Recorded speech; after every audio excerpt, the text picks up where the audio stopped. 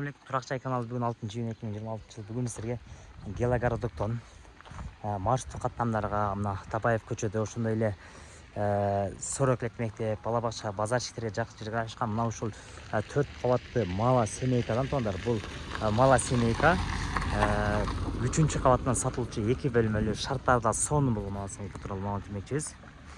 Келелерин айтсак, Бронский тараптан Гелогородокко келесиздер, мосттон өтөсүздөр. Мосттон өтөсүздөр. Өтүп эле бул жака солго буруласыздар. Мына Ширин деген магазин бар, көрүңүздөр.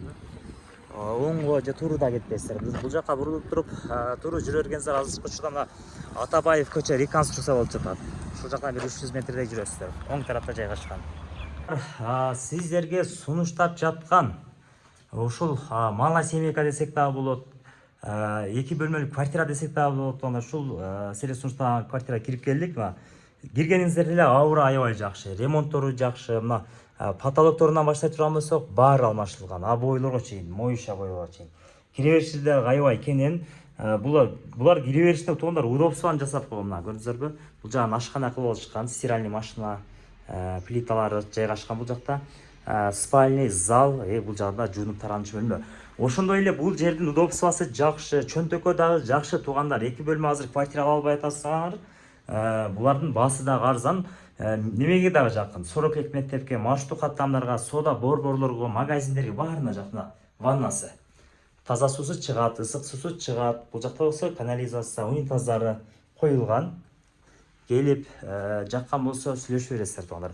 Бул жагы болсо мына азыркы учурда мына спальный. Көрдүңүздөрбү? Спальный жасап алышкан. Себеби бул жерде өздөрү жатат экен, аркы жакта бала чакасы. Сиздерге дагы бала чака 1-2 балаңыздар болсо жакшы туугандар. Бул жакта мына жолдун бою азыр реконструкция болуп атат туугандар. Мына сентябрга 1-2 айда жол 4 полоса болуп, тротуарлары менен сонун бүтөт.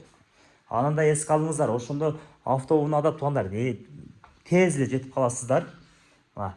Буюм тайымдарды деле калтырып коебуз дейт. Кимге жакса дейт. Жагып неме кылып сүйлөшүп калсак дейт, буюмдарды деле калтырып коебуз дейт. Себеби эмеректери дагы, бытовой техникалары дагы аябай жакшы абалда экен.